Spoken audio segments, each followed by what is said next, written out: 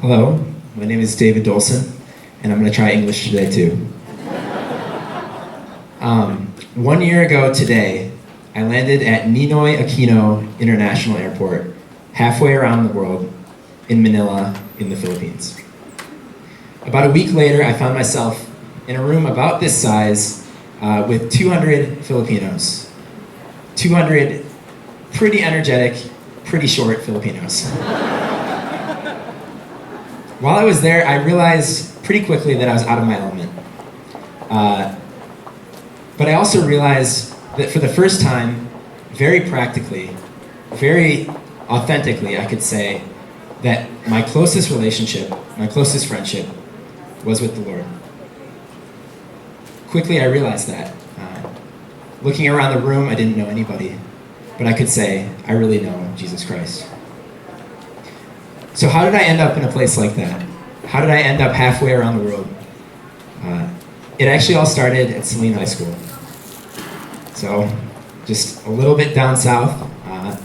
I was a part of a high school group called 10 for Men. This was a ecumenical Christian group for high school men that was started by a Catholic seminarian. And in this group, we talked about being men of God, men of character, and men of leadership. One of the things that we would always say is that every man is made to be great, and that we wanted to live a great life for the sake of God.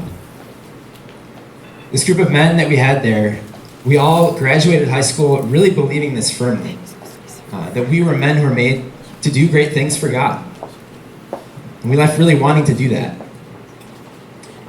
And so when I graduated, I found myself at the University of Michigan, surrounded by a lot of people that frankly are not living lives completely for the Lord, or very much at all.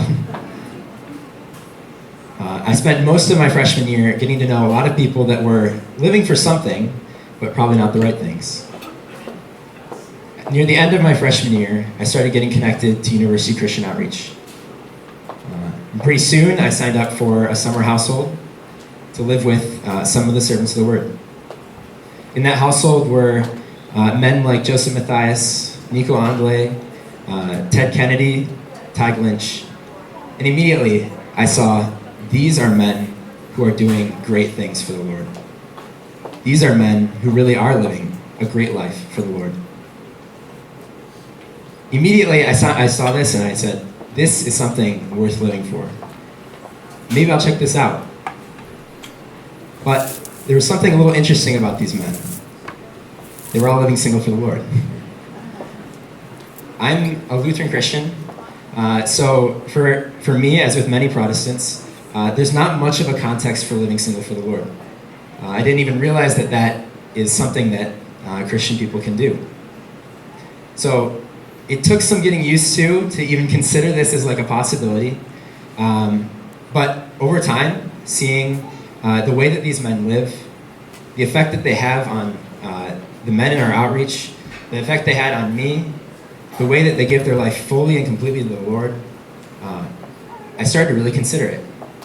And I felt like if God put me in a group like this, where there are Protestant men living out a single life for the Lord, maybe He wants me to consider it as well. So before my senior year, I decided to become an affiliate with Servants of the Word. And 2 years later, He's brought me halfway around the world.